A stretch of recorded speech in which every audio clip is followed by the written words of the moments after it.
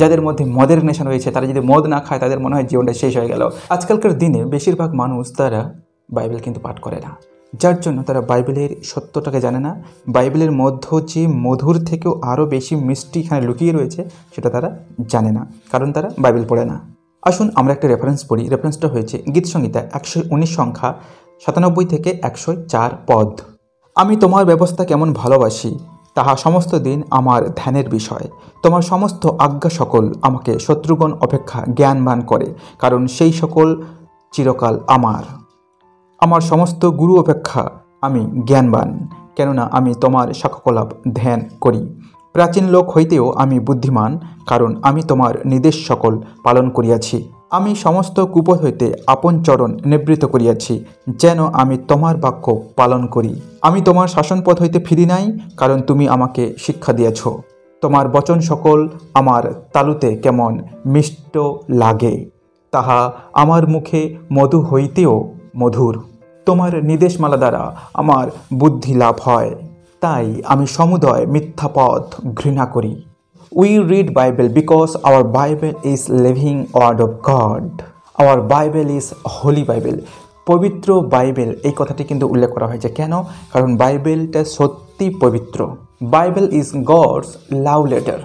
Bible হচ্ছে একটা প্রেমপত্র। যে এই প্রেমপত্র পড়বে না সে কোনোদিন ঈশ্বরের ভালোবাসা জানতে পারবে না। আমি আপনাকে একটা উদাহরণ দিই, তাহলে আপনি বুঝতে পারবেন। আপনি এই ভিডিওটা দেখছেন, আপনার বয়স যদি 45 বছরের একটু ঊর্ধ্বে হয়, আপনি আপনার বয়সটাকে একটু পিছিয়ে নিয়ে গিয়ে দেখুন যে সেই সময়কার প্রেমপত্র কী করে দেয়া হতো। হাতে প্রেমপত্র লিখে সেটাকে অন্য প্রেমিক বা প্রেমিকের কাছে সেটাকে পাঠানো হতো। তারপর যখন সেই প্রেমপত্রটা প্রেমিক বা প্রেমিকা যখন পেত, তখন সে আগে নির্দিষ্ট একটা জায়গা দেখতো, সেই সেভ জায়গায় গিয়ে সেই প্রেমপত্রটিকে সে বারবার পড়তো। ইভেন একটা দিনে হয়তো সে 3 থেকে 4 বার সেই প্রেমপত্রটিকে পড়তো, কারণ তার প্রেমিকাকে দিয়েছে বা প্রেমিকা তার প্রেমিককে দিয়েছে, যার জন্য সেই প্রেমপত্রটিকে সে বারবার সে কিন্তু পড়তো। সেই প্রেমপত্রের মধ্যে অনেক ভালোবাসার গল্প রয়েছে। ঠিক একই রকমভাবে বাইবেল হচ্ছে একটি প্রেমপত্র। আপনি যদি এই বাইবেলটি পড়েন তাহলে আপনি সেই ঈশ্বরের ভালোবাসার কথা আপনি জানতে পারবেন। আপনি নিশ্চয়ই জানবেন পৃথিবীতে যতগুলো মিষ্টি জাতীয় জিনিস আছে, সব থেকে মিষ্টি জাতীয় জিনিস হচ্ছে মধু। মধুর থেকে আরও বেশি মধুর মতো মিষ্টি হচ্ছে এই বাইবেলের বাক্য। আপনি যতক্ষণ না এই মধুর বাক্যটি পড়বেন ততক্ষণ কিন্তু আপনি সেই তার টেস্টটা বুঝতে পারবেন না। আস্বাদন করিয়ে দেখো সদাপ্রভু মঙ্গলময়। অর্থাৎ আপনি যদি না চেখে দেখেন, এটাকে যদি আপনি টেস্ট না করেন, তাহলে কী করে বুঝবেন যে বাইবেল হচ্ছে মিষ্টি না তেতো? আপনি দেখবেন যে অনেক মানুষের মধ্যে চায়ের নেশা, অনেক মানুষের মধ্যে বিড়ির নেশা, অনেক মানুষের মধ্যে সিগারেট নেশা, অনেক মানুষের মধ্যে মদের নেশা থাকে। তারা যদি চা না পান করে তাদের মধ্যে মনে হবে যে কিছু একটা যেন পান করিনি, আনচান আনচান আনচান আনচান করতে থাকবে মনটা। যাদের মধ্যে মদের নেশা রয়েছে তারা যদি মদ না খায় তাদের মনে হয় জীবনটা শেষ হয়ে গেল। যাদের মধ্যে বিড়ির নেশা রয়েছে তারা যদি বিড়ি পান না করে তাদের মধ্যে মনে হয় যে কিছুটা যেন ঘটে গেল। ওটা তো আলাদা রকমের নেশা।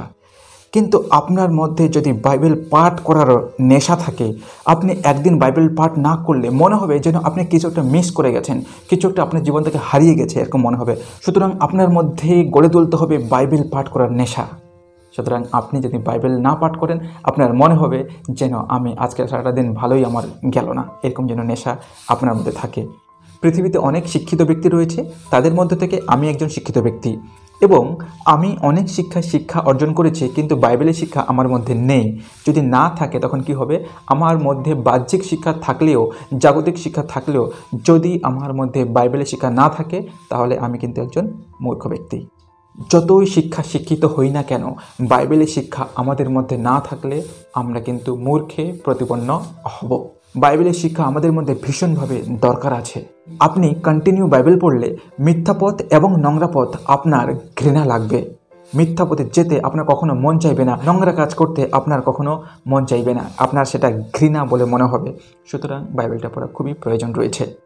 Those who read Bible day and night, they are blessed person. যারা দিবারাত্র বাইবেলের বাক্যকে ধ্যান করে তারা সত্যিকারের ঈশ্বরের আশীর্বাদ প্রাপ্ত ব্যক্তি। আপনি যদি প্রত্যেকটা দিন ঈশ্বরের বাক্য আপনি পাঠ করছেন, আপনি একজন ঈশ্বরের আশীর্বাদ প্রাপ্ত ব্যক্তি। আপনি যদি বাইবেল পড়েন এবং বাইবেলের মত অনুযায়ী জীবনযাপন করেন, তাহলে নির্দিষ্ট সময়ে আপনার চাকরি হয়ে যাবে, নির্দিষ্ট সময়ে আপনার বিয়ে হয়ে যাবে, নির্দিষ্ট সময়ে আপনার সন্তান সন্ততি হবে এবং আপনার সন্তান সন্ততি তো আশীর্বাদ পাবেই, সেই সঙ্গে সঙ্গে তাদের সন্তান সন্ততি তাদের সন্তান সন্ততি আশীর্বাদ পাবে। জেনারেশন পর জেনারেশন আশীর্বাদ পেতেই থাকবে। সুতরাং বাইবেল পড়লে আমাদের কোনো কিছু লস হয় না, বাইবেল পড়লে প্রার্থনা করলে আমাদের বরঞ্চ লাভ হয়।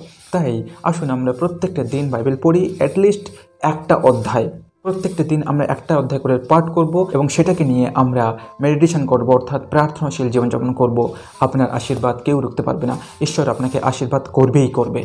আমাদের জীবনটা প্রার্থনাশীল জীবন হবে, লোকে দেখে বুঝতে পারবে আপনি একজন প্রকৃত খ্রিস্টিয়ান। আমাদের মধ্য থেকে যেন প্রেম ভালোবাসা নির্গত হয়, কোনোরকমভাবে রাগ, কোনোরকমভাবে হিংসা নয়, যেন আমাদের মধ্য থেকে প্রেমের বাক্য বের হয়। কারণ আমাদের ঈশ্বর তিনি প্রেমিক ঈশ্বর, আমাদের ঈশ্বর তিনি প্রেম করতে জানেন, আমাদের ঈশ্বর তিনি ভালোবাসতে জানেন। পরবর্তী ভিডিওতে অবশ্যই আপনাদের সঙ্গে দেখা হবে। Thank you so much.